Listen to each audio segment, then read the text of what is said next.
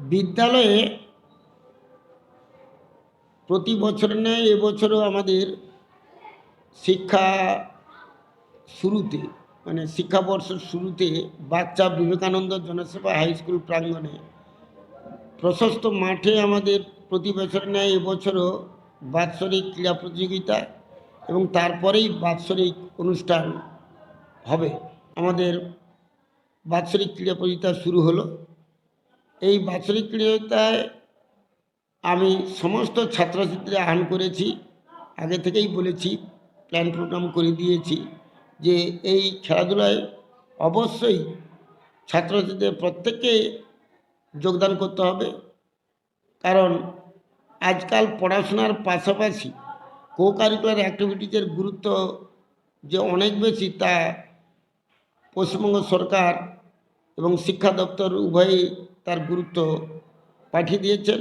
সেই মতো আমরা শিক্ষক জগতে আমরা সবাই শিক্ষা প্রতিষ্ঠানের মাধ্যমে ছাত্রদের মানে পড়াশোনা পাশাপাশি খেলাধুলা ব্যায়াম চর্চার মাধ্যমে তাদের শরীর গঠন এবং মানসিক প্রস্তুতি, তারা সমাজের যে অগ্রগণ্য হয়ে একজন প্রতিষ্ঠিত নাগরিক হবে তার বার্তা আমি প্রত্যেক ছাত্রের কাছে ছাত্রছাত্রীদের কাছে পৌঁছে দিই।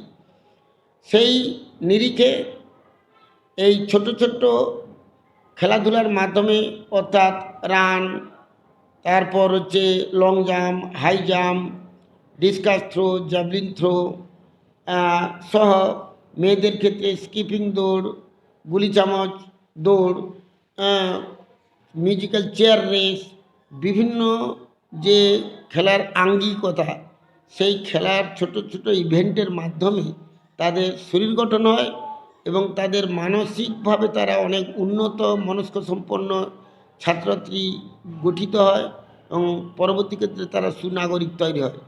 বর্তমান যুগে যে একটা ব্যাপক হারে ক্ষতিকর দিক চলছে এই মোবাইলের অপপ্রয়োগ। মোবাইলে প্রত্যেকের হাতে, ছাত্রছাত্রীদের হাতে মোবাইল চলে গেছে, বাড়িতে তারা পড়াশোনার পরিবর্তে মোবাইল বেশি ঘাঁটছে।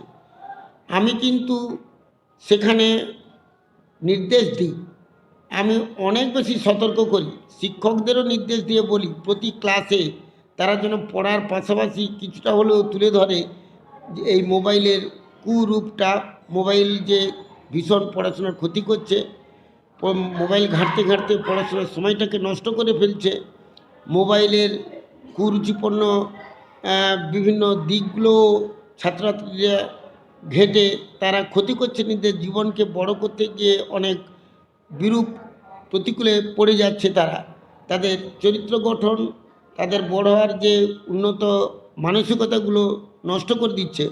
সেই দিকটা আমি বেশি করে তুলে ধরে যাতে ছাত্রছাত্রী মোবাইলকে ত্যাগ করে, মোবাইলকে এড়িয়ে আবার তারা পড়াশোনার মূল স্রোতে বেশি সময় কাটাতে পারে, সেদিকে বেশি লক্ষ্য নজর নিই একজন প্রধান শিক্ষক হিসাবে। আমার নাম সুশান্ত কুমার মণ্ডল, রাষ্ট্রপতি পুরস্কারপ্রাপ্ত প্রধান শিক্ষক, জাতীয় শিক্ষক।